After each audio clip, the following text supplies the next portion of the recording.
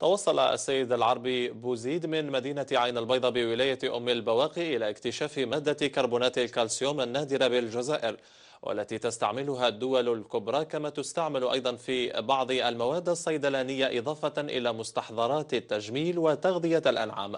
ورقة في الموضوع لرشيد مقدم. هي صخور تحوي كربونات الكالسيوم، صيغتها الكيميائية CaCO3، مادة نادرة تتواجد في شكل صخر بمختلف دول العالم، منها إسبانيا، تركيا وألمانيا. صخور كربونات الكالسيوم توصل إلى اكتشافها السيد العربي بوزيد، صاحب محجر بمنطقة يسفر قبالة مدينة عين البيضاء بولاية أم البواقي. الصخور التي طفت على السطح تتوفر على كربونات الكالسيوم، حيث يستغلها علماء الغرب في بعض المواد الصيدلانية كجرعة إضافية من الكالسيوم، إلى جانب استعمالات أخرى في صناعة عدسات الكاميرا والنظارات الطبية وتغذية الأنعام. عملنا تحليلات عميقة، لقينا باللي سي دو لاكالسيت، سي دو CaCO3 بيور، سيتادير هذه المادة اسمها لا كربونات دو كالسيوم، مستعملة وتستعمل في لي زاندستري، توت لي زاندستري، لاندستري دو بابي، دو فير، دو لا بينتور، دو سيراميك، et éventuellement la médecine et la pharmacie, si elle est précipitée.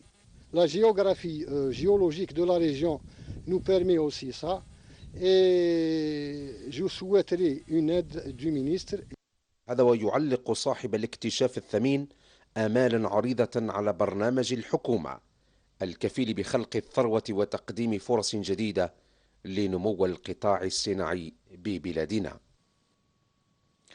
شهدت الانتخابات الأوروبية تقدما كبيرا لقوى اليمين المتطرف، ترجمه بالخصوص الفوز المحقق للجبهة الوطنية في فرنسا، حيث شكل هذا الفوز زلزالا سياسيا كما وصف، وجعل حزب أقصى اليمين القوة السياسية الأولى في البلاد. المزيد مع يزيد فطاني.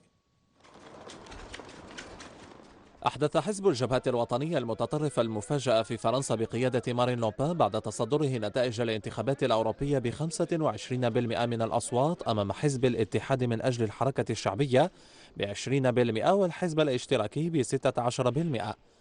اليمين المتطرف الفرنسي بهذه النتائج يكون قد حقق فوزا تاريخيا بعد ذلك الذي حققه في الانتخابات البلدية، والتي جرت شهر مارس الفارط عندما فاز ب10 بلديات. زعيمة حزب اليمين المتطرف عبرت عن سعادتها وفرحتها بالنتائج التي حصل عليها حزبها. Je remercie les Français. Nous avions raison d'avoir confiance en eux. Le peuple souverain a parlé, haut et clair, comme dans tous les grands moments de son histoire. À la coalition de tous ceux qui ne croient plus en la France et qui pensent que les Français ne sont plus dignes de la liberté et de la souveraineté, le peuple souverain a clamé qu'il voulait reprendre en main les rênes de son destin. من جهته رئيس الحكومة الفرنسية مانويل فالس وصف فوز حزب مارين لوبان بالزلزال السياسي. Ce scrutin est plus qu'une nouvelle alerte. C'est ma conviction. C'est un choc, un séisme qui s'adresse à tous les responsables politiques qui ont la charge d'agir. Aucun d'entre nous ne peut se dérober à ses responsabilités.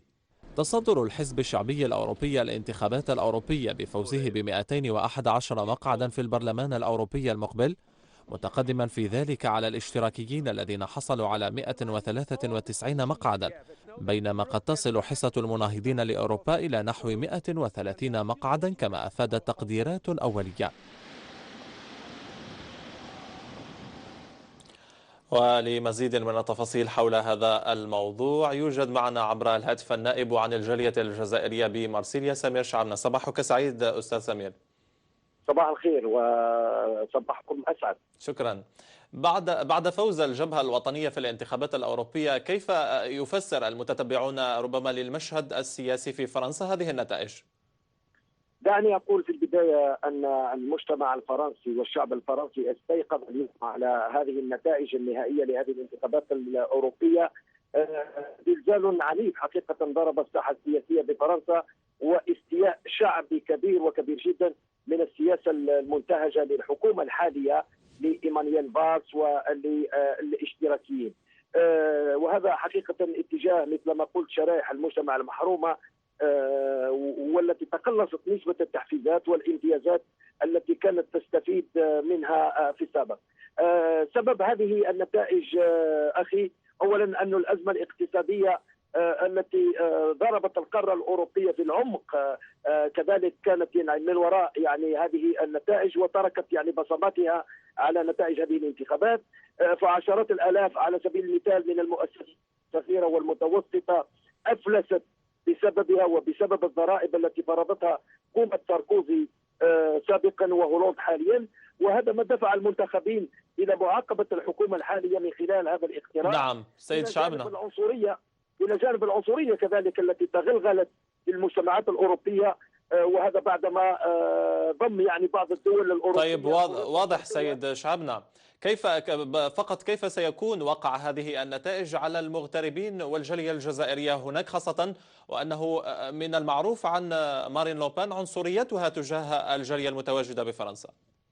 نعم، إذا راح يكون انعكاس سلبي بكل صراحة، سيما بعد نتائج يعني الانتخابات المحلية واستحواذ يمين المتطرف إلى عدة بلديات، إلى عدة مدن فرنسية أين يسكن عدد كبير من أبنائنا هناك.